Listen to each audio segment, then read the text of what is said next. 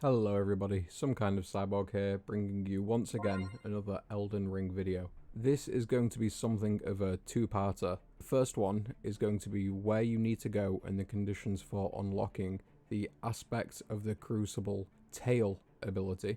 And the second is going to be something of a guide to help players take on the guardian of this particular ability, the Crucible Knight. There is of course going to be spoilers for the boss fight incorporated into the video, hence the thumbnail.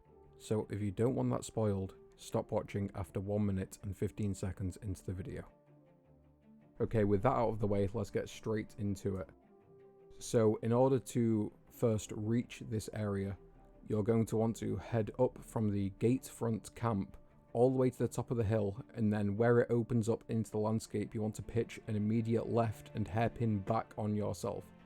There's going to be a bunch of wormy looking things and it will tell you you're in Storm Hill. Head towards the worms and you will find a depressed area with a large circle in the middle.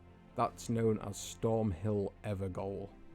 Traverse into the area and you'll be confronted with the big man himself, the Crucible Knight. And let me tell you, I spent an ungodly amount of time taking this guy on last night. I'm only level 15 currently, so you may want to come back to this area when you feel sufficiently equipped, leveled up, and prepared to deal with it. For those like me who cannot help but engage with the challenge, however, you're simply going to want to, as I said, traverse the area and then the boss will spawn. Once you've engaged with the boss once and died, there is a stake of Marika right nearby, so don't worry about having to schlep too far back if you do fail the fight on the first run. Once you have already engaged with the boss once, in subsequent attempts, he will spawn in a glowing purple rift at the edge of the arena. When he does this, he will give you the opportunity to unload on him with your heaviest attack. For me, that was the heavy ender to the square off broadsword ability. So run up to him, hit him with your favourite opener of choice, and then he's going to counter attack. Most of his combos consist of 1, 2, or 3 hits. The single hits he throws out can be comboed into subsequent 2 and 3 hit combos. So you want to watch for when these combos end, and that's going to be your opportunity to strike. In my opinion, maneuverability is a better defense than armor in this fight, hence my confessor running around in naught but his tighty whities. You're going to want to roll through the majority of attacks, and then hit him with the light attack out of the roll. It's not going to do crazy damage, but it's a safe bet to consistently chip down the Crucible Knight's HP. For some of the more telegraphed attacks like the Shield Bash, you have an opportunity to roll behind his shield arm. That's going to be the safest position for you in this fight. From there, I would often use the square off light attack ability, because it's relatively safe and you can roll out of it pretty consistently before the Crucible Knight can get an attack in. He also has 2 variants of a stomp ability. The first is a simple stomp, which he will just throw out. It's got pretty good coverage, but you can roll behind him easily while he's doing it to get a sneaky R1 attack in. And the other is a stomp that's going to be followed by a 3-hit combo. He'll stomp, raise his sword above his head, and slam down. You want to roll the stomp, and then kite backwards as he throws in a double wide sweep. You can take advantage of this attack more than any other. If you simply kite back the double sweeps, you can prepare your stance and unload your heaviest attack onto him as he's coming out of the second sweep.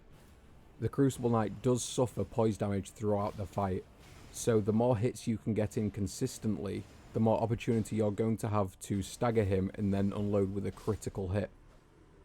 I found that the critical hit locked me in the animation too long to consistently get some safe damage on him whilst he's standing back up, so I instead opted to square off and hit him with a heavy ability which will flatten him out prone, and then hit him with another one as he's getting back up. It was really consistent, but you do want to manage your stamina and make sure you have just enough of a pip to roll any kind of counter attack he throws out. Once you get him to half HP, he's going to take on the aspects of a dragon, and that's going to give him a couple of new abilities. He will gain wings and fly up in the air before delivering a powerful forward thrusting strike which covers a great distance. Though this looks imposing at first, it can be easily rolled through, back or either side, though to the sides is a safer bet. He also gets a short tail sweep, which covers some of his more unsafe attack options, and a large double tail sweep which covers a good quarter of the arena when he throws it out. During this second phase, his timings become a little bit screwy, and he relies on this to throw you off guard.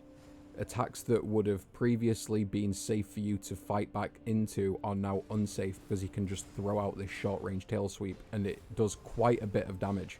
So the name of the game during this second phase then is simply patience. Bide your time, wait for your opportunity to strike. If you think the attack is safe, it probably isn't. Your best chance to attack him here is roll through his opening attack, roll through the tail sweep, and then get a cheeky rolling light attack. You can still exploit and punish his stomp into 3-hit combo since he doesn't get a tail sweep after it. So same method as before, roll the stomp, roll the overhead, kite back on the double sweep, and then unload on him as he's recovering from that. Hopefully you'll get an opportunity to get a few more poise breaks in, stagger him, go for a critical hit, or go for, again, what in my opinion was the safer option, heavy into heavy attack. And there you have it, folks, just a quick and easy guide, where to find the aspects of the Crucible tail ability. That's going to be a 27 faith required ability that you can slot in at sites of grace, and a quick guide on how to take on the Crucible Knight, though again, I don't entirely recommend taking him on at the same level that I was when I decided that I fancied a challenge. So yeah, until the next one, folks, take care and peace out.